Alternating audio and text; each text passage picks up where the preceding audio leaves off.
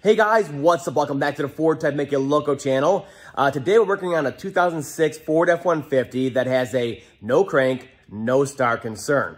So we already know this vehicle needs a starter, but I wanted to go through and give you guys a quick diagnosis video on what to check when you're diagnosing a concern like this where your vehicle will not crank, okay? There's a few pre-checks you want to do, and then a few tests you want to do in the battery and the starter down below to really isolate and zero in on which component that needs to be replaced. You want to test, not guess.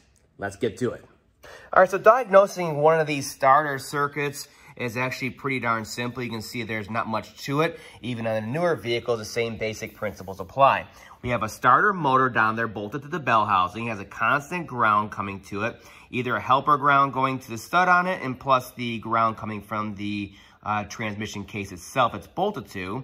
It has a constant high amperage power wire, red power wire, usually around a 2 to 4 gauge wire. That's a constant hot coming directly from the battery.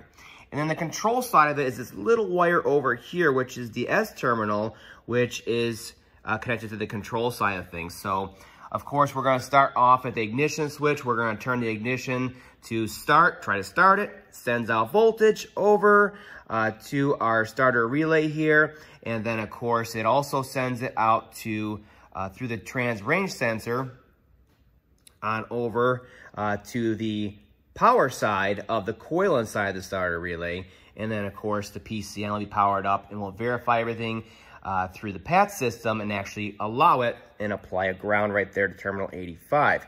That'll kick it over and give this power, which is coming right from the battery there, through that same fuse right there, and it'll simply go out to the S terminal on the starter.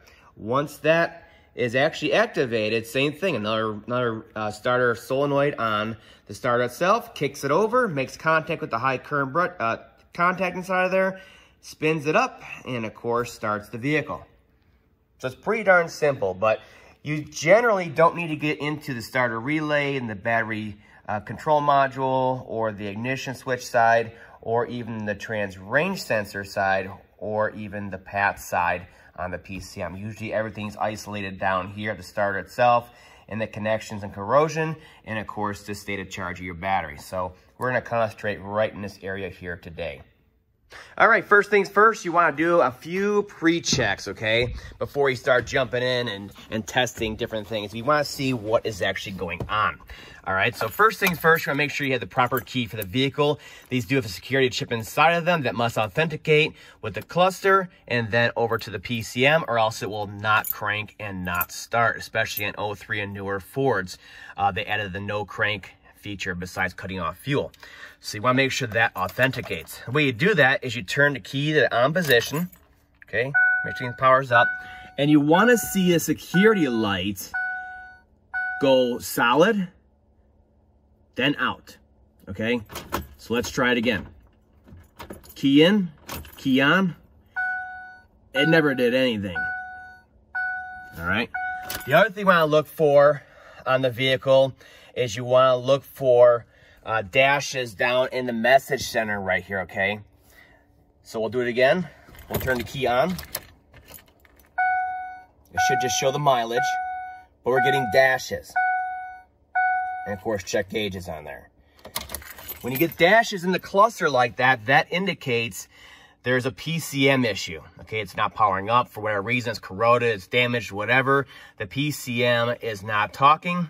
So therefore, it's not going to talk to the cluster, and it's not going to start. So, of course, I just simulated that for you guys so you know what it looks like exactly when the PCM is not powering up, all right? So I'll go ahead and just reconnect these. That was just for demonstration purposes only to show you guys how it looks. So now I'll show you how it should look when the PCM is fully operational and powers up, all right? Let's go ahead and do that one more time. All right. So again, we'll turn the key on. Your cluster will power up and it will just show the mileage. Everything's good to go. No other crazy warning lights in the cluster. Those two over there are perfectly normal. Now, let's check the status of the security indicator. So when the key is off, you'll see it blinked like that every 2 seconds, let's say. Key on, it goes solid, proves out, and then goes out. At this point, that indicates the PAT system, the chip in the key, has authenticated, okay? So that is not an issue. So everything looks good. We're in park. Let's go ahead and try it. Nothing. But that did give us a lot of information. So we know the starter relay is over here in the body control module or smart junction box, okay? So what you're listening for when you turn that key to the start position, you're listening for a click of the relay over here. Now, if the relay over here clicks in the junction box, you know that the key is okay, the PAT system's okay, the ignition switch is okay, and all the wiring over to that starter relay is okay. Not only that, but you also know that the PCM has authorized it and it sees that the transmission is in park or neutral, which takes the trans range sensor out of the equation. You just got a lot of information by turning the key and sitting here. So listen again.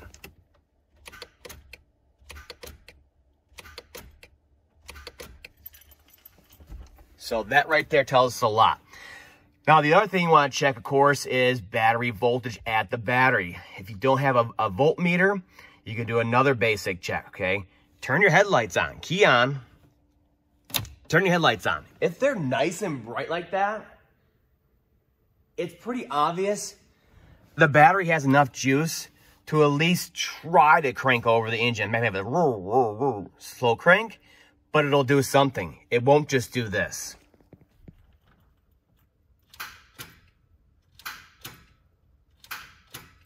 Now, listening to that, we also know that voltage and everything is getting down to the starter itself. So we have the click on the inside telling us everything's authenticating and we're allowing the starter relay to actually engage. And then we just listened underneath the vehicle here, up at the starter, and we could hear the starter relay clicking also.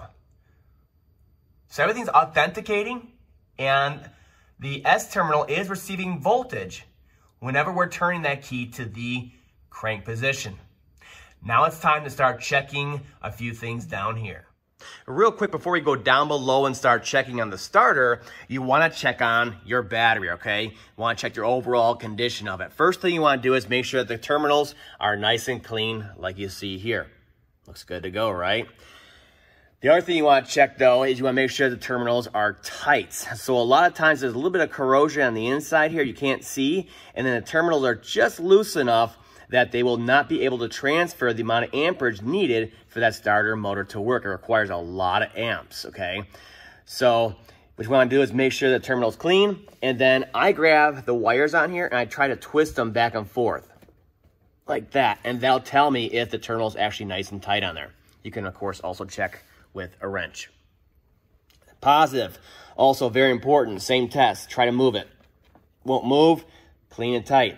The other one you want to check is this terminal right here on the positive battery cable. This line right here goes over to the alternator, which allows voltage to, of course, come back into the battery when it's charging and the engine's running. But more importantly, this one right here goes down and over to the battery junction box or the internal smart junction box and provides all the power for the vehicle. So you want to make sure this terminal is clean and tight also. And then, of course, this big wire that comes off that main terminal and down to the harness is what actually goes to the starter. All right. If you have a voltmeter, you want to take a voltage reading of the battery itself. Okay, get to a clean part of the terminal on there and do a voltage reading, DC. Right here, you can see it. DC voltage we're reading on here. So you want, of course, 12 volts or higher. Ideally, 12.6 volts is a fully charged battery.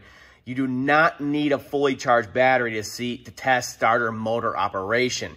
Even if you had, 10.5 volts, at least initially when you turn that key to the start position, it would at least go and start clicking really fast like that. That would indicate the starter is just fine. We have a voltage and amperage issue either from the battery or the terminals at that point. But this vehicle, you heard, we turn the key and it just goes tuck, tuck, tuck, and that's it. That's all it does, okay? So right here, 11.48 volts, we're perfectly fine. That starter should at least do something, attempt to crank over the engine, and it doesn't. So we need to go down to the starter and start testing. Let's go down below and check it out. Okay, so on the Ford F-150s, the starter motor is going to be on the passenger side of the engine. So right here's our oil pan, back there's our trans, and here's the bell housing. Your starter motor, no matter what vehicle and engine you have, it's always going to bolt up to the bell housing of the transmission where it engages the flex plate or flywheel, all right? So like I said, in most of the Ford vehicles on the passenger side here, some are on the driver's side like the 4.0, and some even are on top of the bell housing like the 3.0 liter Duratec engines. You just need to find your starter motor, and then after that, all these different terminals are going to be the same. So in the F-150s with the bigger V8s like this, stuff like that, a lot of times you'll see a dedicated ground wire coming directly from the battery over to a ground stud on the starter motor, just to assist with cranking speed. You need all the amperage to be able to get down here. So they need the ground down here, a nice dedicated ground like this with a thick gauge, so that can crank fast enough this big heavy engine, all right?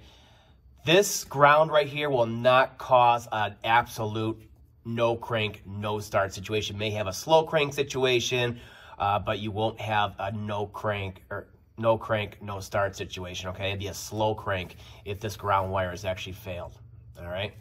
So most vehicles don't have this, but the F-150s definitely do. The two wires we're concentrating on are these two right here. So this big one right here, it's probably like a 4 gauge maybe.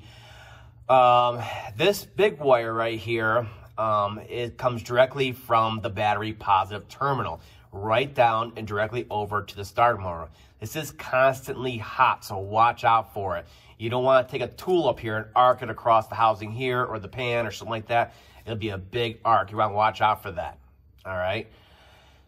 So this one is constantly supplying power to the solenoid right here. So here's the motor, and here's the solenoid. So the solenoid is what actually turns on the starter motor. It kicks out the drive in there. It actually kicks out the pinion gear, and at the same time actually contacts the high current contacts inside here to run the motor.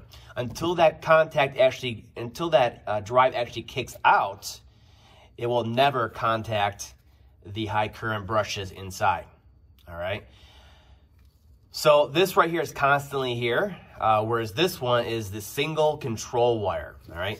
See, most of them have this little plastic cap on top. Just go ahead and take it off of there.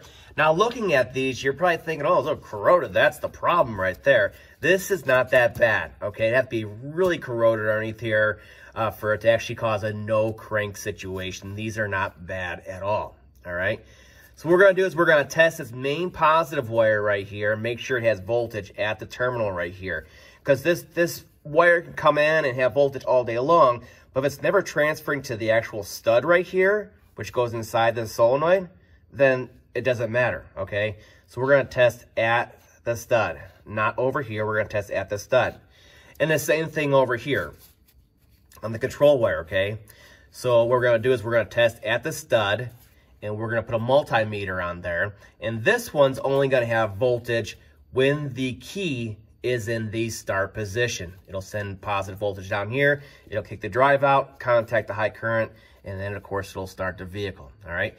But right now, we can test the main positive right here going to the starter. Make sure that's good to go, and then we'll set up our connections over here and go up top side and hit the crank on the ignition.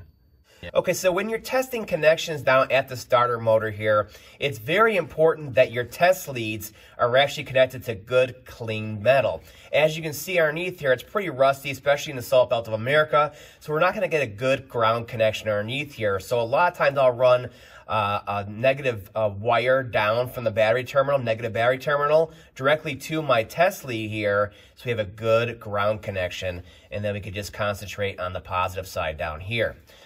So we have our positive test lead over here connected to the stud on the starter solenoid, not the terminal, but the stud itself. You want to make sure the power is actually getting in to the starter solenoid, okay? At this point, everything is good to go. let's see what kind of voltage we have on our multimeter here. So what you're looking for is for your reading down here to be within a 0.5 volt of your battery reading up top. So this right here, we are good to go. But that only tests part of the equation here, okay? So yes, we have a connection to the battery positive. It's making its way down here. It's making it past the terminal onto the actual stud that goes inside the solenoid. Good to go. But it does not test the current carrying capability of this line right here. I've seen some of these rub through and corroded so bad and green and fuzzy that the connection was good. We had 11, 12 volts, but guess what? It couldn't crank this over for nothing, all right? Because it was just too decayed and it couldn't carry the amperage down through the line here, all right? So a lot of times what I do, once it passes a voltage test on there, we have good clean connections that are tight. What I'll do is I'll get an old window motor or light bulb, you know, the old halogen style light bulbs or incandescent style that pull a lot of amperage, okay? And I'll use that same ground connection directly to the battery, and I'll take the positive lead of our load, our window motor, our wiper motor, our headlight bulb, and I'll put it right onto that stud. Same thing. And that will test, that'll do a basic test of the current carrying capability of this line right here. So you can get a general idea of the condition of it. And it should be good to go. All right. Now, of course, the window motor, wiper motor, and a headlamp bulb is not pulling nowhere near the amperage that this motor does. But it'll give you a really good idea if it can actually pull amperage through there just fine or not. All right. So that's the secondary test I do on the positive here before I just start replacing the motor, all right? So the next thing we're going to do is we're going to do that same exact test with the multimeter, okay? We're going to have our positive lead. Where'd it go? So our negative is going up to the battery terminal, the negative battery terminal on our multimeter. And now we're going to go ahead and put the positive lead of our multimeter onto the center stud, once again, of what they call the S terminal. This is the control terminal that actually actuates this solenoid, makes everything happen, all right? So our ground looks good. We have proper voltage coming into the solenoid. It should work as long as our S terminal here is turning it on, all right? So we're gonna go ahead and get our connection onto there. Again, wiggle it around. Make sure you're not touching anything else on here. Good connection, all right? And then we can go up top side there and actually turn the key to the crank position. And again, when the key is in the crank position, our multimeter is going to go from 0 to, 11.8 volts or so each time, all right? Each time we actuate it. If that all tests out and we're good to go there, then we know the starter motor needs to be replaced. It's that simple. Let's go up top side and try it out. Back up top here, we're going to go ahead and test that S terminal by trying to crank the engine, all right? So I have the multimeter up here in the wiper column. I extended it up here so we can see it. Normally you would have a helper up here trying to crank the engine while you're down there with your multimeter testing and checking the voltage coming to the S terminal. Key on. We're gonna go ahead and start it. So right here, I have it in the start position, and you can see we're getting voltage down there. Now the voltage is gonna be a little bit lower like that. Instead of 11.8, 10.5. Remember that solenoid is gonna be pulling some amperage, and of course, it's gonna drop a little bit like that. So just keep testing it a couple times. Yep. It does it every time. So we checked the entire control side from the PCM to the PAT system to the cluster to the ignition switch to the patch chip, transceiver, transponder. We test the trans range sensor, the starter relay. We tested everything by testing that S terminal on there. So if you're getting voltage down the S terminal and the starter's still not doing anything, that means everything else in the vehicle is okay, and it's up to the starter, motor, and solenoid at this point to make it happen. And it's not doing it. It's not doing its job because it's failed. And that's all there is to it. Diagnosing a no crank, no start condition on these Ford vehicles is actually very, very simple. Even the newer Ford vehicles go through the same pre-checks, the PAT system, all that good stuff before they'll allow the vehicle to actually start and send power to that S terminal on the starter, okay? Now, if you find your starter has failed and you want to go aftermarket, make sure you use an all-new starter. About the only remanufactured starters that I trust would be the Ford ones like you see here. Otherwise, if you're going aftermarket to the parts store, use an all-new starter. That'd be the best bet for that. And besides that, changing them out, a few bolts, hopefully they're not corroded, and then they're good to go. Just make sure you disconnect that negative battery terminal. I do have an in-depth, detailed video on how to change the starter motor on the F-150s, of course. I'll link to that down below.